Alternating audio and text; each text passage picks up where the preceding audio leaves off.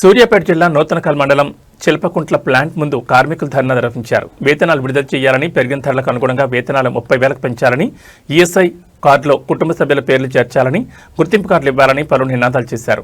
ఈ సందర్భంగా contract workers union జిల్లా సహాయ కార్యదర్శి మొగోళ్ల గోపాల్ మాట్లాడుతూ, గత 7 నెలల నుంచి అప్పులు చేసుకుని కుటుంబాలను పోషించుకుంటున్న, పెట్రోల్ పోసుకుని లైన్ మీద తిరుగుతున్న కనికరం లేకుండా కంపెనీ యాజమాన్యం వేతనాలు పెండింగ్లో ఉంచుతూ ఇబ్బందులు గురిచేస్తున్నారని అన్నారు. తక్షణమే అధికారులు పెండింగ్ వేతనాలు చెల్లించే విధంగా చర్యలు చేపట్టాలని డిమాండ్ చేశారు. మిషన్ భగీరథ స్థాపించినప్పటి నుండి పనిచేస్తున్న వారికి కనీసం గుర్తింపు కార్డు కూడా లేకుండా, ఈఎస్ఐ కార్డులో కుటుంబ సభ్యుల పేర్లు చేర్చకుండా అవస్థలు పెట్టిస్తున్నారని ఆవేదన వ్యక్తం చేశారు. తక్షణమే కార్మికులు ఎదుర్కొంటున్న సమస్యలు పరిష్కరించి 7 నెలల వేతనాలు చెల్లించే వరకు ఈ ధర్నా కొనసాగిస్తామని తెలిపారు.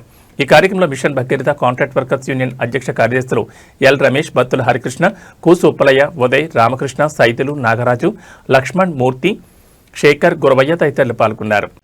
మిషన్ భగీరథ కార్మికులు చిల్పకుంట్ల ప్లాంట్లో చేస్తున్న కార్మికులందరూ 7 నెలల నుంచి జీతాలు చేస్తుంటే కూడా యాజమాన్యం మా మీద కనికరం లేకుండా, కనీసం ధర్నా చేస్తున్నాం అనే సోయి కూడా లేకుండా వాళ్ళందరూ మమ్మల్ని పక్కన పెట్టేసి ప్లాంట్కే తాళం వేసి పక్కన కూర్చునే పరిస్థితి వచ్చింది. ఇదేంటంటే గవర్నమెంట్ నుంచి మాకు రావట్లేదు, మేము మీకు ఇవ్వట్లేదు, మీరు ఏం చేసుకుంటారో చేసుకోండి అనే పరిస్థితిలో మేము ఉన్నాం.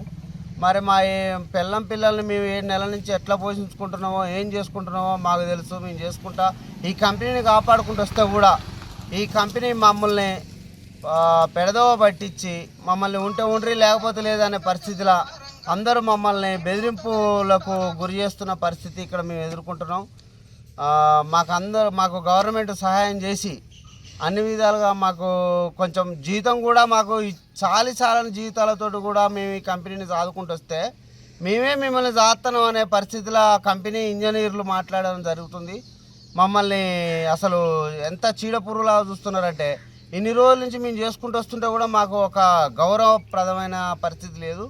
మాకు ఇక్కడ అసలు ఏమీ లేకుండా అయిపోతుంది. కాబట్టి మాకు గవర్నమెంట్ దయదలిసి మా మీద దృష్టి పెట్టి మాకు రావాల్సిన పెండింగ్ జీతాలు మరియు ఒరిజినల్ జీతాలు మాకు వచ్చే విధంగా మాకు సహాయం చేయాలని మేము ఇప్పుడు IFTU తరఫున, మిషన్ భగీరథ తరఫున మేము డిమాండ్ చేస్తున్నాం.